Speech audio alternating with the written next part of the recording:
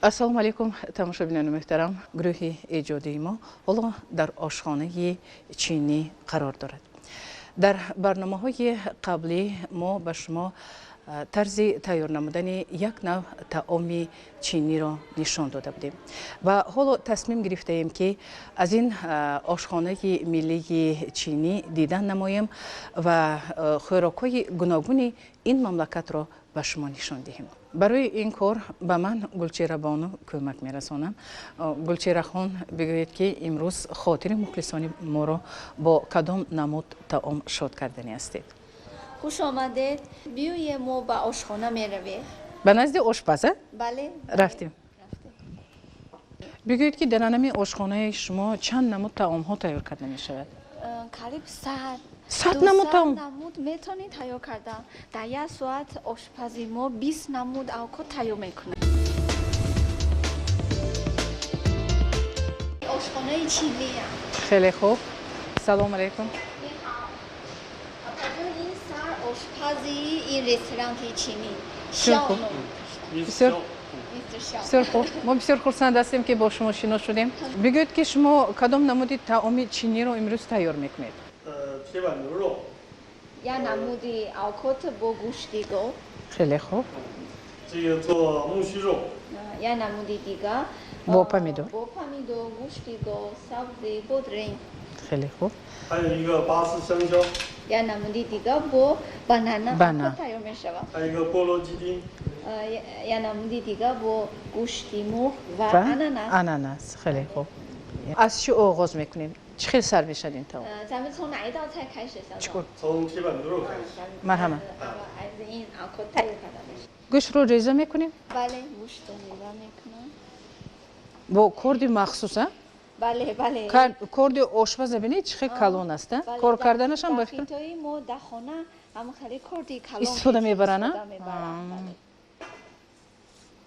انا میخوام ما باید گوشت رو ریزه کنیم.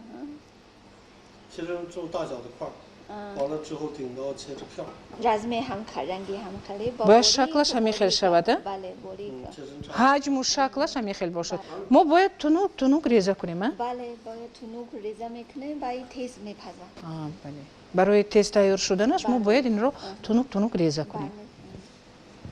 و مزه شد تیز در گوش میره مزه آلکوت. 把这个牛肉备用，再把皮鸭子呢切成这个样子。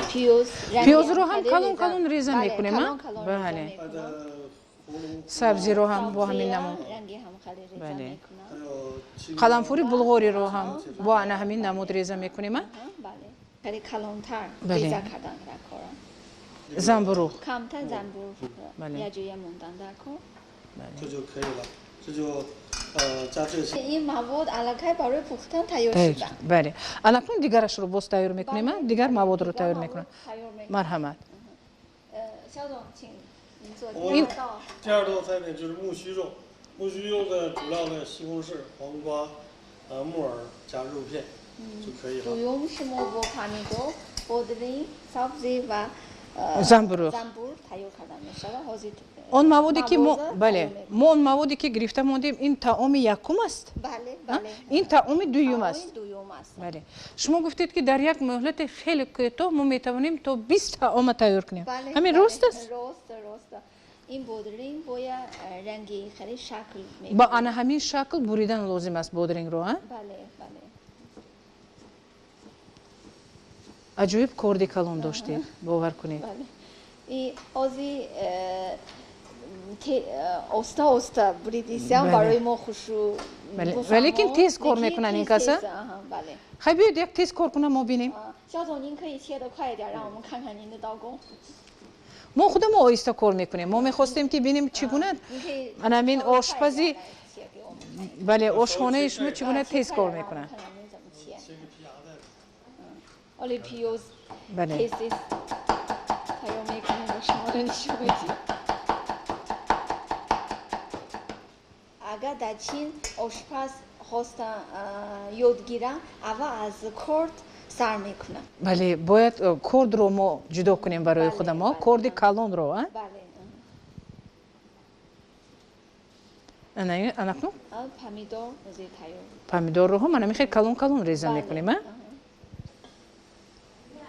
این همه مواد یا برای تیار کردن میگیره بعد میپزیم. دیدید این بسیار خوب است. همه چیز تیار می شود. پختن وی هم به فکرم وقتی زیاد رو نمیگیره. چون که تمامی اون محصولات هایی که برای ما لازم است علاقه تیار است برای پختن. یعنی جو 4 دونه تخم. بله این یعنی دویم. بله. ما چند نمود طعام تیار میکنیم؟ 4 نمود تیار. بینندگان گرامی آماده تماشای برنامه ما باشید. ما امروز در یک برنامه برای شما 4 نمود طعام چینی تیار کردنی هستیم. برای هم برنامه ما رو با دقت تماشا کنید. سیوم سر میکنیم. بله. 第3道咱们做什么？第3道做这个菠萝鸡丁。سیوم ما با گوشت مرغ و آناناس. آناناس اوچارونیده شدگی. بله. 2 دونه آناناس رو میگیریم. 2 3 دونه. بله 3 دونه اینجا. این رو هم خیلی ریزه میکنیم. مایدم با 4 قسم تقسیم کردیم. بله. قلمفوری بلغاری.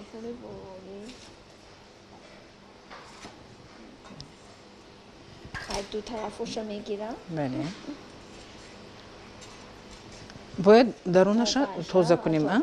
بله. دیلش رو گرفته موندیم. از خودی قلمفور استفاده ایم. نبینید چون ریزه کردن لازم مثلا دراز روی. این آووکادوی چینی نه تنها مزهش نغزه و روی دیدنش تو دیده تیار کردنش هم این یک کیفیت خودش رو دارد.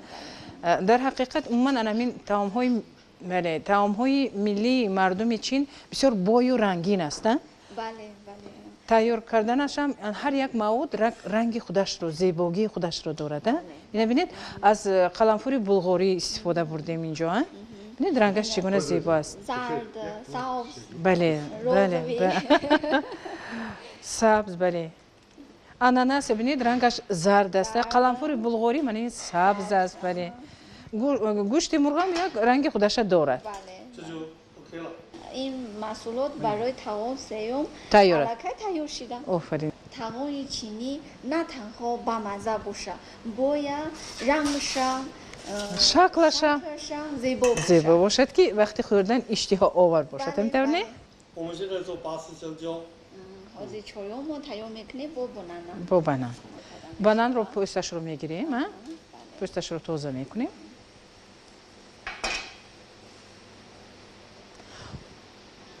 من اون طعام هایی که شما تیار میکنید من فکر میکنم که پر از غذاهای فایده‌ناک دارد. می‌تونی؟ بیشتر شما کوشش میکنید اون که کم روغن خورید. ولی که غذاناکیش به نهایت بلند است. بله سبزیجات رو به نهایت بسیار استعمال میکنید شما. انا باید ما بنان رو با همین نمود ریزه کنیم.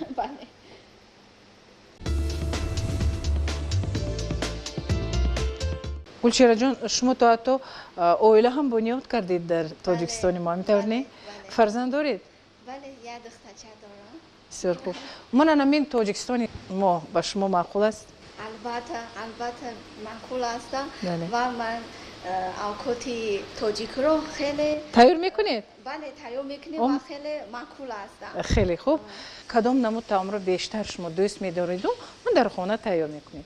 کلتو، شکر رو، آش، شوربا. خیلی خوب. گلچهره برای چی گلچهره نام گذاری کردن شما رو؟ نامی من اصلی با خطای وانگوی جوان این کم دشوار برای مردمی ما و اکا با من نام گلچهره مونده. شوهرتون؟ اکای شوهرتون خوشتومن هم دارید؟ بله. خوشتومنتون چه مناسبت میکند با شما؟ ما با زبانی تاجیکی حاضر آزاد کار میزنم و خوشتومن که ما یه جای زندگی میکنم. خوشتومن ما آووکادوی تاجیکی رو تیار میکنیم، ما آووکادوی چینی رو تیار میکنیم. ما یه جای چه مناسبت یک دیگر خوب است؟ بله رنگی اوچای من میشه. ما فقط همه وقت اوچاجو میگم.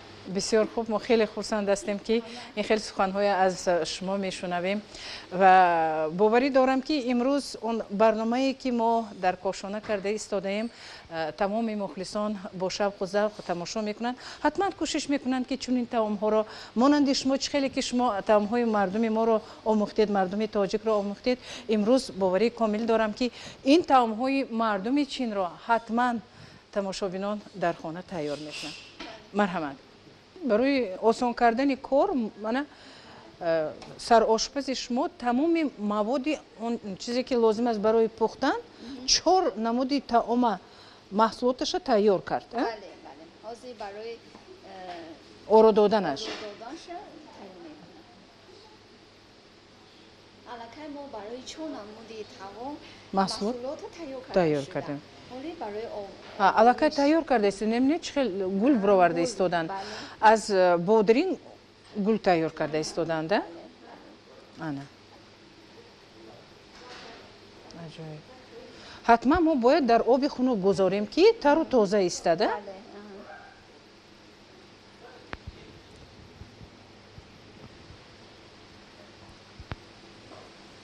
انا میخیل ما باید گل براریم.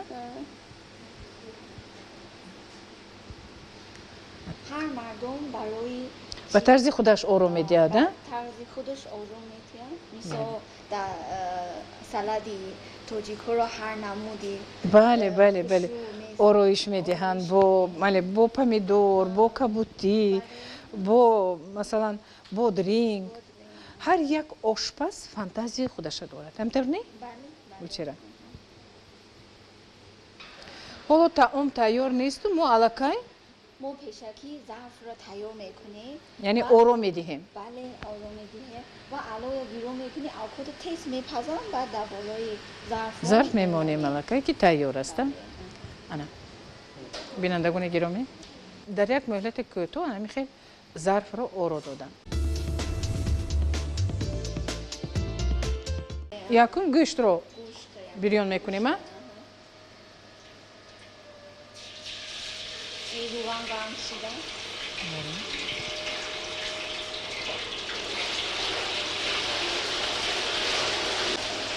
با دیگرو پمیدور سبزی قلنفر بلغاری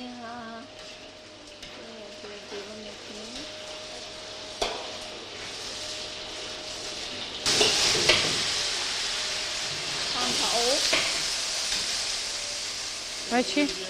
و چی است؟ نمک شکر سوی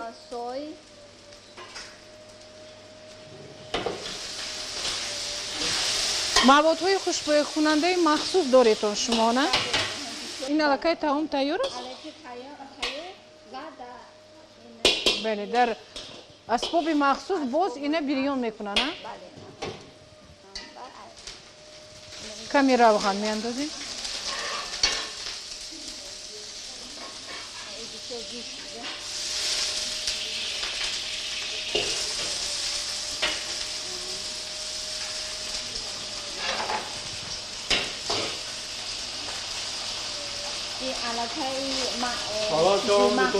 گرم هست بله.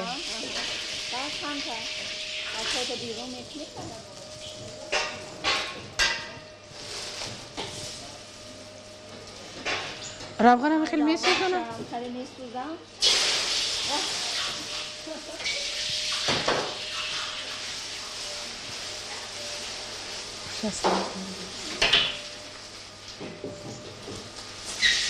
دیگه چند بار سوزن در کار برای دویم آکوتن. برای چی روغن سوزونده؟ کنی برای چی دیگه تازه کردن؟ تازه کردن. و دویم آکوته مزه‌ش بله بله فرق میکند بله. اگر تازه نشویند تماما مزه‌اش دیگر میشود. برای طعمش دیگر نشودنش دیگر رو ما باید تازه شوییم. بله. تازه دویم.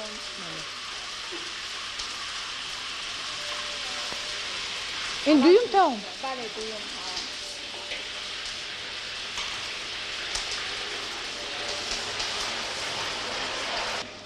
همینجور این بودرینگ پیاز کمی سبزی سبزی گول ریزه کرده بله با گل مانند است زنبروغی اچارونیده شده بله همه اون رو بریون میکنن باز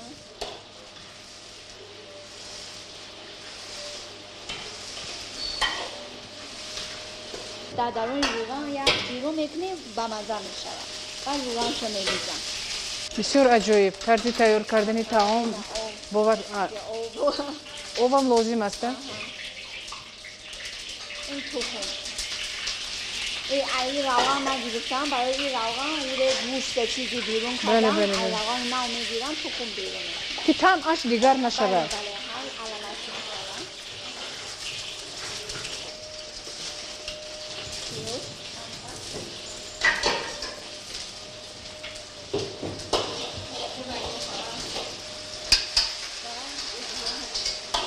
اون مثلا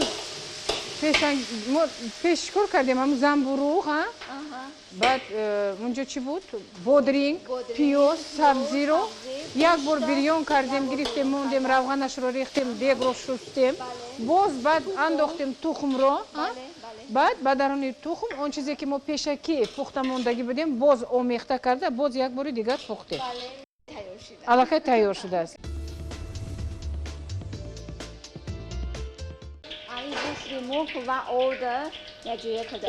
با ارد کمی ارد آمیخته کردن و درون گوشت مرغ کمی ارد آمیخته کرده بیرون میکنیم روغن کم تا زیادتر مرغ رو یعنی کمی با ارد آمیخته کرده نمک با ارد آمیخته کرده در روغن تفسون یک تا انداخته میپزن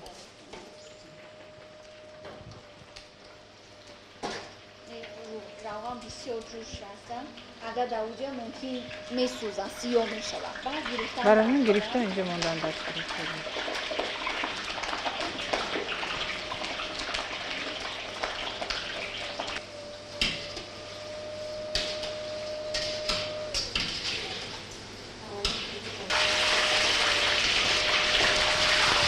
تو سرخ شدنش به فکرم بریون کرده ایستاده نه؟ تیلو رنگ باید شود نبینید؟ بینندگان گرامی شما می توانید چنین مرغ رو در خانه خودتان هم تیار کنید دیدید مرغ رو گرفته میده کرده ریزه کرده کمی در درونش ارد و نمک انداخته بینید چگونه نمودش بسیار خوشخویر و اشتها آور شد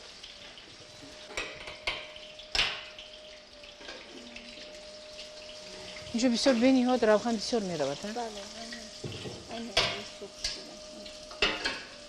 که روغن با میتونیم با همین الکل رو با استفاده میکنیم سرپیوز کپچوب اون رنگش خوش میشود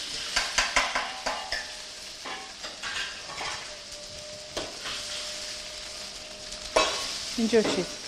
اینو اناناس و قلافوری بلغوری این باید بیرون کنیم که آوازی بلند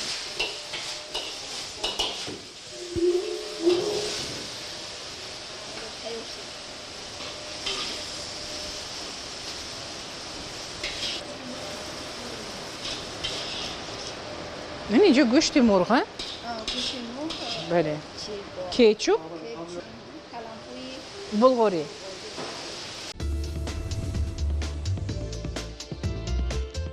این چی است؟ این بانانا درون ارد کیکی تخم آمیخته میکردن آمیخته کرده بانانا در بلاشن میمونی و علنش میکنیم در زیبانشن بینندگان گرامی اهمیت دید اینجا بانان تخم با فکرم تخم با ارد آمیخته کرده شده است تخم رو با ارد آمیخته میکنید و بانان رو به درون همون انداخته پوره بانان رو روی پوش میکند تخم و ارد دیدید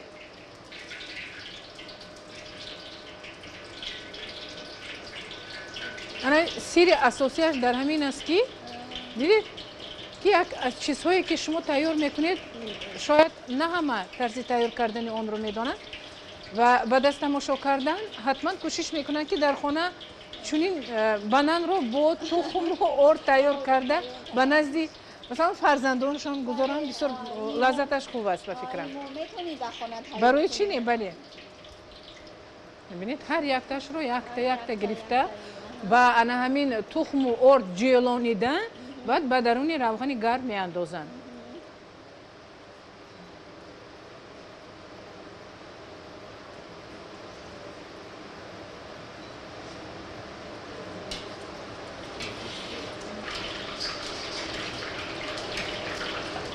اینا باید آهسته باید سرخ کنیم.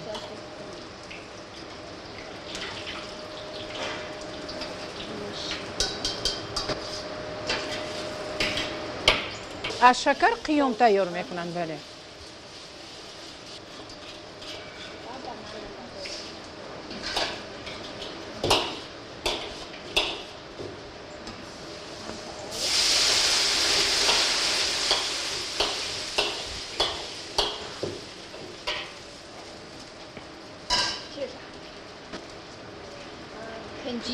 کنجید.